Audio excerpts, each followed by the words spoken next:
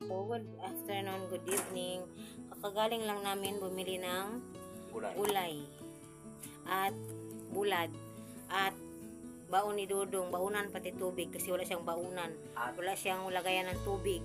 Yung baunan niya ay anong disposable. Disposable yun. Yan ang nabili ko, 20 peso. Ito din, 20 peso pero nahati ko na. So, buong araw akong hindi okay ang pakiramdam. Pagod sa nervyos, guys. Basta sobrang nervous ko, pagod talaga ako. Kasi kanina sobrang kinakabahan ako. 12 o'clock pumunta ko sa trabaho. Binalita naman kaagad ng anak ng amo na yung tatay nila, yung amo ko, na nalunod yung fishing boat na sinakyan. So grabe yung kaba ko, yung ganito talaga ako kahit sino, basta kakilala ko yung taong may masamang balita ba, yung ganitong balita, mag-nervous talaga ako. Muntik na akong hindi makauwi. Yung sa daan ako, mabuti na lang may motor. Paglabas ko ng gate nila, sumakay ako, umuwi. Grabe talaga yung kaba ko. Yung pangangatog ng tuhod ko, hindi talaga okay. Basta hindi ko alam kung bakit ako nagkaganito na. Basta hindi ko alam talaga. Grabe. Tapos mayroon pang mga kasamang hindi nakita. So ayun. Tapos pumunta ako ngayong hapon kasi nagtupi ako ng damit. Yun, nagkukwentuhan ba sa mga pangyayari. So ako habang nakikinig, imagination ko sobra. Ay, kinakabahan na naman ako. So pumunta kami ni Chris, bumili ng gulay.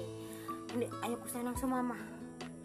Ay nako, yung paghinga ko talaga nandoon na naman, kaikli. Ay, hindi ko alam. Ay, pwede naman sanang hindi ko magkaba kasi okay na naman daw, okay naman sila. Meron nga hindi nakita, pero hindi naman ko naman kilala. Pero iwan ko, basta may mga balitang ganyan, para ako na talagang ngayon nga pagod na pagod ang mga kamay ko. Ay, Diyos ko, pagod dahil sa sobrang kaba kanina. Kaya basta magawaan muna ako ng gulay. So yun lang, gawa ko ng gulay. So hello guys, tapos na akong kumain. Medyo umuuki-uki ng pakiramdam. Bumili pala ako ng dalawang yan, klaro ba? Dalawang bulad. Ang tawag sa bulad na ito ay lupoy. Yan, lupoy. Lupoy po, yan, lupoy. Yung bang maliliit na tamban. So, iriripak ko ito. Alam nyo guys, naghahanap buhay talaga ako. Kahit anong magawa ko, or gagawa na naman ako ng yung mga twisted, yung pilipit ba. Kahit ano talaga maisipan kong gawin, basta okay lang ang pakiramdam ko para may extra income din talaga kami. Kasi sobrang hirap ng buhay ngayon. Kasi si Chris wala masyadong pasahero dahil wala masyadong tao. Maraming tao sa tricycle man magsakay kasi saya habal-habal man. Tricycle kasi medyo komportable ba yung mga pasahero sa kanyang habal-habal. So yun, may pasahero naman din siya, pero hindi talaga nakakabuhay ng pamilya. Hindi talaga, hindi afford magbili ng bigas. Minsan ulam, gulay-gulay, yun lang.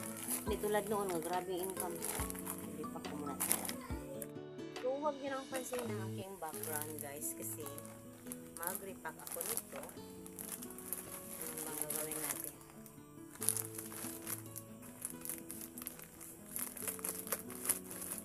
Yun.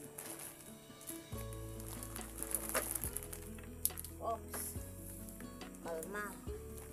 Bakit kayo nag-jump?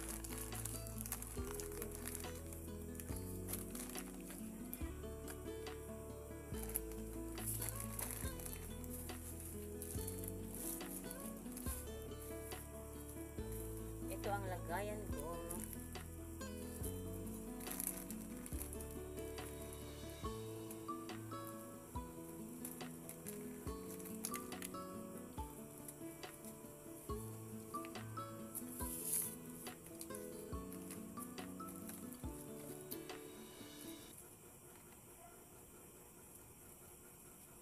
Kasi doon sa kusina mainit. Walang siling pan. Kaya dito ako, bakit madilim.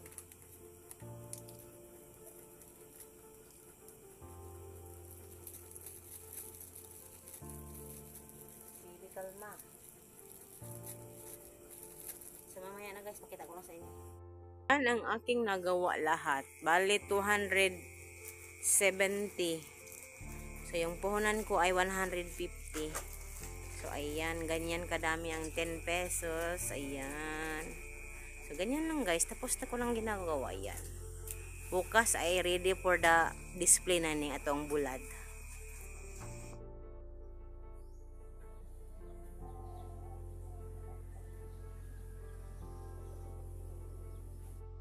So, hi guys, ayan, nakabalot po ang aking ulo dahil nagluluto ako ng ganito. Ayan. Ay, hindi. Ayan. So, ganito ang niluluto ko guys, ayan. Siya ko sa Bisaya, Pilipit. So, ayan, nagluluto po ako para ibibenta ko. Ibibenta ko guys. Kasi ngayon talaga, kahapon din bumibili din ako ng ng bulad, tuyo, oo, niripak ko din, tapos yung ginansya ko medyo malaki-laki din, so naka-display na siya. So ito ngayon ang ginagawa ko, kasi pambaon ng anak ko talaga everyday, nahirapan po kami kasi ngayon wala masyadong income, so sa paglalaba tulungan naman kami. So ngayon umalis siya, ayun, tinulungan din ako yung gumawa ng ganito. So ayan, so may margarine tayo, itong margarine, yan.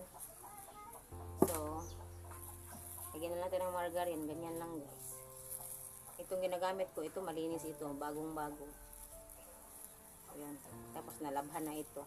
Bugasan na ba? So, lagyan lang ng asukal.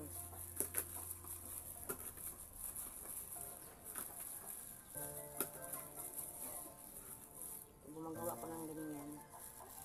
So, nakasilopin po ako kasi wala akong gloves. So, ayun.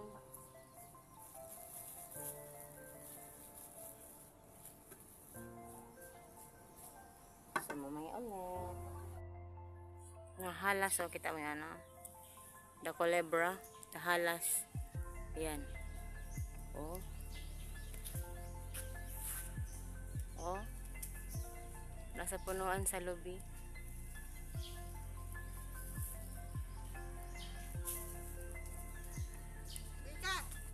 Morning guys, good morning. Ayan,